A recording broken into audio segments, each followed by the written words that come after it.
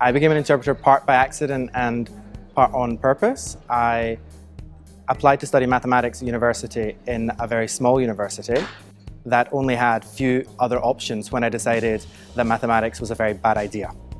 And interpreting was the only languages course that they offered. So I decided to switch, and I was fortunate that I knew a girl at high school who'd already done the course, and she could tell me a lot about it. She'd mentioned it when we were studying together in my small town in Scotland.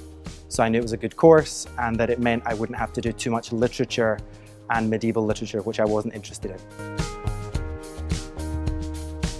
I went to a very small high school on an island in Scotland, so we only had one language at school, and that was French.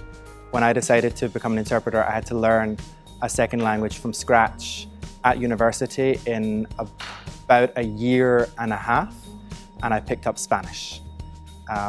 I've added other languages since, but I did that after university. I studied my undergraduate at Heriot-Watt University in Edinburgh. I started when I was 19 after doing a year abroad in France. I did 4 years at Heriot-Watt and then spent 2 or 3 years as a freelance translator before going back to university to do a master's in conference interpreting at ESIT in Paris. When I finished my master's in Paris, the Commission and the Parliament sent interpreters to sit on the jury for the final exams.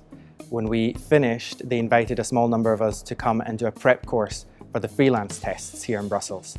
I sat those and then was a freelancer for about 3 years before sitting the concours, the staff exams, to join the European Commission as a staff interpreter.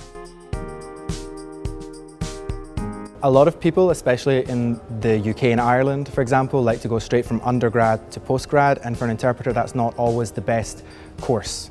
Sometimes it's useful to spend a little extra time in the country of your language or to start working on another language before making the step towards a master's. That's what I did, and it's stood me in very good stead here in Brussels. I have more depth in my languages. I was able to try out a couple of new languages before picking one, whereas if you move straight to Brussels, you get down to work and it's harder to learn a new language while you're working.